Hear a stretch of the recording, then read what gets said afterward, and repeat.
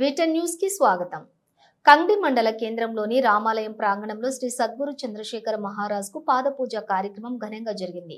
స్థానికంగా ఏర్పాటు చేసిన ప్రత్యేక వేదికపై మహారాజ్ శిష్య బృందం ఆధ్వర్యంలో పుష్పాభిషేకం, పాదపూజ, దర్శనం కార్యక్రమాలు నిర్వహించారు. భక్తులు అధిక సంఖ్యలో హాజరై పూజా కార్యక్రమంలో పాల్గొన్నారు. సద్గురు మహారాజ్ తన అనుయాయులతోటి మాట్లాడుతూ భక్తితో చేసిన ప్రతి కార్యం ఫలితాన్నిస్తుందని, ఆధ్యాత్మికత ద్వారా జీవితంలో వెలుగు నింపుకోవాలని సూచించారు. భక్తి పదంలో ఉన్నత స్థానానికి చేరుకోవాలంటే నిరంతరం సాధన చేయాలని, దైవ చింతనలో మమేకమవటం అవసరమని తెలిపారు. ఈ కార్యక్రమం సందర్భంగా మహారాజ్ ఆశీర్వచనాలు అందజేసి భక్తులకు జ్ఞాన సందేశాలు ఇచ్చారు. భక్తులు పూజా కార్యక్రమంలో పాల్గొని సద్గురువుల ఆశీస్సులు తీసుకున్నారు. ఈ కార్యక్రమం భక్తి భావానికి కొత్త మేల్కొలిపిని అందించినట్లుగా భావించారు.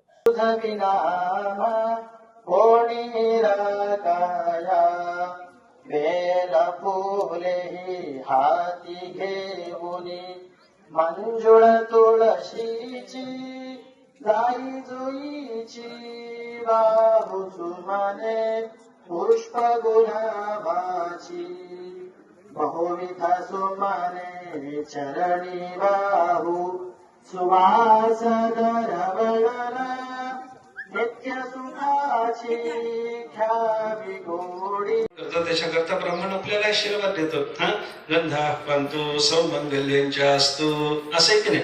आपण ब्राह्मणाला गंध दिल्याच्या नंतर त्याच्याने आपल्याला सुमंगलता प्राप्त होते, मांगल्य येत आपल्या घरामध्ये बरं का. अक्षतांच्या अरिष्टांच्या असतो. आपण देवाला अक्षता दिल्याच्या नंतर आपलं सगळं कल्याण होतं. त्याच्यानंतर पुष्प आणि पांत सौश्रियम असतो.